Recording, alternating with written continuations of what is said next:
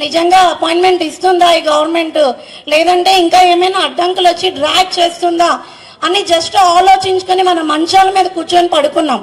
కానీ మన వెనుక విద్యా సంస్థ, ఈవెన్ నారా లోకేష్ గారి దగ్గర నుంచి మన ఎంఈఓల వరకు ఎన్నో రాత్రులు నిద్ర లేకుండా మన కోసం కష్టపడ్డారు. ఆ రోజు వాళ్ళు కష్టపడితేనే ఈరోజు మనం ఇక్కడికి వచ్చాము అపాయింట్మెంట్ తీసుకొని. కానీ ఇక్కడితో వదిలేస్తుందా? లేదు. ఎందుకు అంటే వీళ్ళకి జాబ్ వచ్చింది అంటే గవర్నమెంట్ మీద ఒక మంచి అభిప్రాయం తెచ్చేసుకున్నారు. టీచర్స్ని పట్టుకుంటే ఏం జరుగుతుందో లాస్ట్ గవర్నమెంట్ ఆల్రెడీ చూసింది. ఆ భయం వాళ్ళకి ఇంకా పోలేదు, అది ఫ్యూచర్లో పోదు కూడా, పక్కా రాసిస్తున్నాం. ఎందుకంటే సమ్మర్ వెకేషన్లో ఏదో ప్రశాంతంగా కూర్చున్నాం. ఇన్ని మంత్స్ 6 months అయిపోయింది జాబ్ వచ్చి. ఏం చేయాలో వాళ్ళకి తోచట్లేదు కదా. పారదర్శకంగా జరిగిందా అని మళ్ళీ క్వశ్చన్స్, మళ్ళీ యూట్యూబ్లో క్వశ్చన్స్ అవే రొటేట్ అవుతున్నాయి. ఒక పర్సన్ గురించి నేమ్ ఎత్తాను నేను. బాల్ ఆట ఆడిన వాళ్ళకి తాడు లాగే వాడికి కూడా జాబ్స్ వచ్చాయా? ఆ బాల్ ఆటని తాడు ఆటని ఏమన్నారో తెలియని పర్సన్స్ వాళ్ళు. టగ్ ఆఫ్ వార్ గేమ్ లేదా? శాప్లో రీసెంట్లీగా పెట్టారు. 67 గేమ్స్ ఉన్నాయి శాప్లో. ఆ శాప్లో ఎవరైతే ఉన్నారో గేమ్స్ వాళ్ళు అల్లాటప్పగా డిస్ట్రిక్ట్ స్టేట్ కూడా ఇవ్వలేదు, అప్ టు ఇంటర్నేషనల్ లెవెల్ చూశారు. వ్యాయామ ఉపాధ్యాయులు 139 మెంబర్స్లో స్పోర్ట్స్ కోటాలో వాళ్ళు జాబ్ వచ్చిందంటే ఏ గూటి బిళ్ళ చెమ్మ చెక్క ఆడి రాలేదు వాళ్ళు, అప్ టు ఇంటర్నేషనల్ ప్లేయర్స్ వాళ్ళు. అలాంటి వాళ్ళకి జాబ్ ఇచ్చింది ఈరోజు. మాట్లాడితే ఏదో తాడాట బాల్ ఆట అంటున్నారు. ఏం మరి హాకీని కర్రాట అనొచ్చు కదా, క్రికెట్ని పెద్ద దుక్కతో ఆడుతున్నారు అనొచ్చు కదా. అంటే వాళ్ళకి తెలియని గేమ్స్ వాళ్ళకి అల్లాటప్ప గేమ్స్ అయిపోతాయి. స్పోర్ట్స్ కోటా అంటున్నారు, విమెన్స్ కోటా అంటున్నారు. ఇప్పుడు నాకు వచ్చిన మార్క్స్కి వేరే వాళ్ళకి ఇంకా ఎక్కువ వచ్చిన విమెన్స్ కోటా మైనారిటీలో నాకు వచ్చింది జాబ్.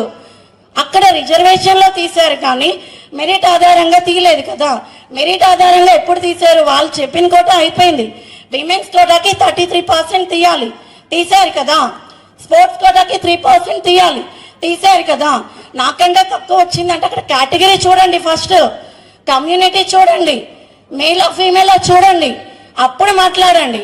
అలా మాట్లాడి గ్రీవియన్స్కి వెళ్ళిన కేసులో 33,830 మెంబర్స్ ప్రతి ఒక్కరికి చాలా గుర్తు, వాళ్ళకి బుర్రలోకి వెళ్ళినట్టుగా సమాధానం చెప్పి గవర్నమెంట్ అప్పుడే పంపించింది. ఇప్పుడు రిమైనింగ్ ఇక్కడ ఎంతమంది అయితే కూర్చున్నారో వాళ్ళు జెన్యూన్గా they deserve to that place అనే పర్సన్స్ మాత్రమే మనం ఇక్కడ కూర్చున్నాం. అలాంటి వాళ్ళని ఈరోజు ఎవరు బెదిరిస్తారు? ఎవరికి బెదిరిస్తారు? తిప్పి తిరిగామా? మేము జస్ట్ ఇక్కడికి వచ్చి కూర్చున్నాం, వాళ్ళు ఉన్న ప్లేస్ నుంచి కదులుతారు బయటికి. మనం చక్కగా ఏసీ రూమ్లో కూర్చొని మాట్లాడుకుంటున్నాం, వాళ్ళు జస్ట్ ఒక రూమర్ స్ప్రెడ్ చేయాలన్న ఆలోచనలో. మనమే తిప్పి సాయి మూవీ చూశారు కదా, సాయి మూవీ ఎంతమంది చూశారు? సాయి మూవీ తిప్పి కొడితే ఒక యువత ఎలా ఉంటుందో వాళ్ళు ఊహించలేరు కూడా. చక్కగా జాబులు వచ్చాయి, చేసుకున్నాం, మమ్మల్ని ఇలాగా ఉండనివ్వండి. మేము తిరిగామా నెక్స్ట్ కూడా రాలేరు దరిదాపుల్లోకి, అది ఖచ్చితంగా జరుగుతుంది. పేపర్ లీకేజ్ జరిగి ఉంటే నాలాంటి వచ్చేది కాదు, ఎవరో చదువుకోలేని వంటలకు వచ్చేది. నేను బాగా కష్టపడి చదివాను. పేపర్ లీకేజ్ అనేటటువంటి అవాస్తవమైనటువంటి విషయం. అది పేపర్లు ఏ విధమైన లీకేజీ కాలేదు. అది కాలేదనడానికి ఎగ్జాంపుల్ ఏంటంటే 2018లో నా జస్ట్ మిస్ అయిన వ్యక్తిని నేను. జస్ట్ మిస్ అయిన వ్యక్తిని అంటే ఏదో మార్కులు పెద్ద తేడా ఏమీ లేదు, 0.1 మార్కులు మిస్ అయ్యాను నేను 2018లో. అప్పుడు మిస్ అయిన వ్యక్తులు ఎవరైతే ఉన్నారో వాళ్ళందరూ ఇప్పుడు జాబులు సంపాదించామంటే పేపర్ లీకేజ్ జరిగి ఉంటే మాలాంటి వాళ్ళకి వచ్చేవి కాదు, ఎవరికో వచ్చేవి. అటువంటిది ఏమీ జరగకుండా పేపర్ లీకేజ్ అవేం జరగలేదు, అంతా పారదర్శకంగానే జరిగింది. ఇంకోటి, ఎక్కువ ర్యాంక్ వచ్చిన వాళ్ళకి జాబ్లు వస్తే తక్కువ ర్యాంక్ వచ్చిన వాళ్ళకి రాలేదని అంటున్నారు. అలాగే ఎప్పుడు మనం ఆలోచించకూడదు, ఎందుకంటే రాజ్యాంగం రిజర్వేషన్లు ఇచ్చింది, దానికి మనం కట్టుబడి ఉండాలి. 2018లో నా 0.1 మార్క్తో మిస్ అయినప్పుడు నా ర్యాంక్ సెకండ్ ర్యాంక్. అప్పుడు నాకు జాబ్ రాలేదు. వ్యవస్థను నిందించడం కాదు, రాజ్యాంగం రిజర్వేషన్ సృష్టించినప్పుడు దాన్ని మనం పాటించాలి. ఇప్పుడున్న నాయకులు అదేంటి తెలుసుకోకుండా రిజర్వేషన్ మీద గౌరవం ఇవ్వకుండా వాళ్ళ అవాస్య వాళ్ళు ప్రచారం చేస్తున్నారు. అప్పుడు 2018లో నాకు ఎందుకు రాలేదు జాబ్ అని నేను ఆలోచించలేదు. రాజ్యాంగం ప్రకారం రిజర్వేషన్ ప్రకారం రాలేదు, ఓకే, మళ్ళీ కష్టపడి చదివితే పారదర్శకంగా జరిగితే నాకు వస్తుందని నమ్మకం ఉంది. అప్పటి నుంచి చదువుతూ 2018 నుంచి జస్ట్ 0.1 మిస్ అయినప్పటి నుంచి ఎప్పుడు నోటిఫికేషన్ వస్తుంది నెక్స్ట్ వస్తే నాకే వస్తుంది కానీ వెయిట్ చేస్తూ ఉన్నాను. కానీ 5 సంవత్సరాలు కాలయాపన చేశారు కానీ ఏ విధమైన నోటిఫికేషన్ అవ్వలేదు.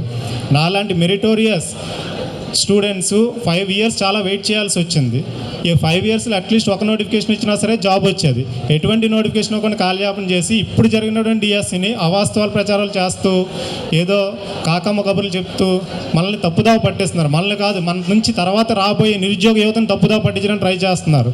నిరుద్యోగులు ఎవరు వీటికి మోసపోవద్దు, ఎందుకంటే అంతా పారదర్శకంగా జరుగుతుంది. పారదర్శకంగా జరగకపోతే నాలాంటి వాడికి ఫస్ట్ ర్యాంక్ వచ్చేదే కాదు. అప్పుడు జస్ట్ మిస్ అయిన వ్యక్తులు అందరం ఇప్పుడు మనం జాబ్లో వచ్చాము. కమింగ్ వచ్చే నిరుద్యోగులందరూ ఈ ప్రభుత్వాన్ని నమ్మండి, నమ్మి మీరు శ్రద్ధగా చదువుకుంటుంటే క్యాలెండర్ ప్రకటిస్తున్నారు, అన్ని జాబులు వస్తాయని నేను కోరుకుంటున్నాను. ఏ ఉద్యోగులైనా అక్రమంగా సంపాదించడానికి అవకాశం ఉంటుందేమో కానీ టీచర్ జాబ్లో మాత్రం ఒక్క రూపాయి కూడా అక్రమంగా సంపాదించిన అవకాశం లేదు. ఏమంటారు మిత్రులారా? అలాంటి టీచర్ అక్రమంగా నియమితుడవుతాడా? అలాంటి ఉద్యోగం మనకు అవసరమా? చెప్పండి మిత్రులారా.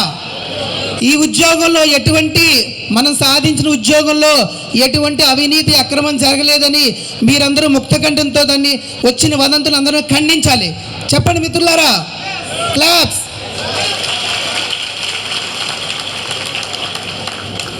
టీచర్ అనేవాడు నీతికి నిజాయితీకి కట్టుబడి ఉంటాడు. అలాంటి టీచర్ అవినీతి పాల్పడతాడా? అలాంటి టీచర్ ఉద్యోగులు అవినీతి జరుగుతుందా? అది ఎన్నటికీ జరగదు. గతంలో వెస్ట్ బెంగాల్ ఏదో డిఎస్సి గురించి ఏదో రూమర్స్ వచ్చాయి. డిఎస్సికి ప్రిపేర్ అవుతున్న సందర్భంలో నేను కూడా మిత్రులు చెప్పినట్టుగానే డిఎస్సికి ప్రిపేర్ అవుతున్న సందర్భంలో ఈ గవర్నమెంట్ వస్తుంది, చంద్రబాబు నాయుడు గారు మొదటి సంతకం పెట్టారు, డిఎస్సి సక్రమంగా జరుగుతుంది, రిక్రూట్మెంట్ జరుగుతుందని ఎంతో ఆశించాను. చాలామంది నేను చదువుతున్న సందర్భంలో నేను లైబ్రరీలో ప్రిపేర్ అయ్యాను కంప్లీట్గా. నాతో పాటు ప్రిపేర్ అయిన వాళ్ళు అంత సీరియస్గా లేరు. వాళ్ళు వచ్చి ఇదంతా జరిగే పని కాదు, ఇదంతా అవ్వదు అని వాళ్ళు కూడా ప్రైవేట్ జాబ్స్ ఏవి చేసుకుంటూ చదువుతున్నారు. కానీ నేను 1.5 ఇయర్ గవర్నమెంట్ వస్తుందన్న నమ్మకంతో 1.5 ఇయర్ కంప్లీట్గా ప్రిపేర్ అయ్యాను. నా నమ్మకం ఒమ్ము కాలేదు. ఈ గవర్నమెంట్ మళ్ళాంటి నిరుద్యోగుల నమ్మకాన్ని నిలబెట్టుకుంది, సక్రమంగా డిఎస్సి నిర్వర్తించింది, మనందరి జీవితాలు నిలబెట్టింది. మనందరం ఈ గవర్నమెంట్కి కృతజ్ఞులై ఉండాలని నేను కోరుకుంటున్నాను. అవునా కాదా? చెప్పండి మిత్రులారా. అవునా కాదా? ఎస్ 2024లో తెలుగుదేశం ఎప్పుడు వచ్చిందో అప్పుడే నాలో నమ్మకం వచ్చింది. డిఎస్సి వస్తుందని నాకు నమ్మకం వచ్చింది. బాబు వచ్చాడు, జాబ్ గ్యారెంటీగా వస్తుందని అనుకున్నాను. అతను ఫస్ట్ సంతకం డిఎస్సి మీద పెట్టగానే నేను అవనగడ్డ వెళ్ళిపోయాను, పిల్లలు వదిలేసి వెళ్ళిపోయాను అనమాట. ఆ రోజు జూలై 19 అనుకుంటాను ఫస్ట్ బ్యాచ్ స్టార్ట్ చేశారు. 18 నైట్ పడుకున్నాను. పిల్లలిద్దరు అటువైపు ఒకరు ఇటువైపు ఒకరు, ఏడుపు. పిల్లల జాబా అన్నిటినీ ఫస్ట్ వచ్చాను, కానీ నిరుద్యోగంగా ఉన్నాను. ఏంటి నా పరిస్థితి? పిల్లలు చూసుకోవాలా, జాబ్ చూసుకోవాలా అనిపించింది. అయినా ఏం పర్వాలేదు, నా పిల్లల కోసమే నేను ఒక్క సంవత్సరాన్ని సాక్రిఫైస్ చేస్తే వాళ్ళకి జీవితాన్ని ఇవ్వచ్చు అని అనుకొని నేను అమనంగా వెళ్ళిపోయాను బ్యాగ్ పట్టుకొని.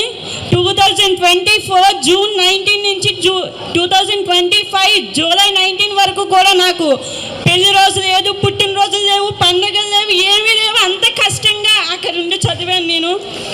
మనలాంటి వాళ్ళు తప్పులు మాట్లాడినా పర్వాలేదు, ఒక స్థాయిలో ఉండి ఒక రాష్ట్ర స్థాయిలో ఉండిన వాళ్ళు మినిమం కామన్ సెన్స్తో మాట్లాడాలి సార్. ఎందుకంటే ఒకటండి, ఇప్పుడు మనకందరికీ తెలిసిన విషయమే, అందరం సచివాలయం జాబులు రాసాం, నేను కూడా రాశాను. ఈ రోజుకి కూడా నా ర్యాంక్ ఎంతో నాకు తెలీదు. మీకు ఎవరికైనా తెలుసా? నాతో పాటు చాలామంది మీరు కూడా రాసుంటారు. మీకు సచివాలయంలో మీకు ర్యాంక్ ఎంత వచ్చిందో మీకు తెలుసా? ఎవరికి తెలియదు. ఎందుకంటే వాళ్ళు ర్యాంక్ కానీ సెలక్షన్ లిస్ట్ కానీ ఏది రిలీజ్ చేయలేదు. ఓపెన్ ఛాలెంజ్ చేస్తున్నాను, ఎక్కడైనా చూపించగలరా మీరు ఎవరైనా? ఏ నెట్లో కానీ ఏ ఆఫ్లైన్లో కానీ వాళ్ళు రిలీజ్ చేయలేదు కాబట్టి మనం చూపించలేము. వాళ్ళండి సమాధానం చెప్తారు. ఇప్పుడు వాళ్ళ అడుగుతారు మనల్ని, మన పారదర్శకతో మాట్లాడేది వాళ్ళ.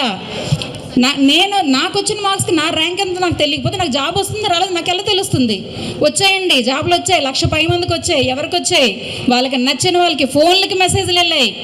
వాళ్ళ ఫోన్ పనిచేయకపోతే పరిస్థితి ఏంటి? రియల్గా రాసిన వాళ్ళకి ఎవరికైతే వాళ్ళకి కావాలో వాళ్ళకి మాత్రమే ఫోన్లకు మెసేజ్లు వెళ్ళాయి. వాళ్ళు ఎవరికి తెలుస్తుంది? వాళ్ళ పారదర్శకత కోసం మాట్లాడేది. మా సెలక్షన్ లిస్ట్లో సిబిటి టెస్ట్ అయితేనేమి, మా సర్టిఫికేట్ వెరిఫికేషన్ అంతా జెన్యున్గా జరిగింది అని చెప్పడానికి ఇక్కడ కాదు, మొత్తం రాసినటువంటి సెలెక్ట్ అయినటువంటి 16,000 పైచిలకు వాళ్ళు కూడా సాక్ష్యం ఉన్నాం.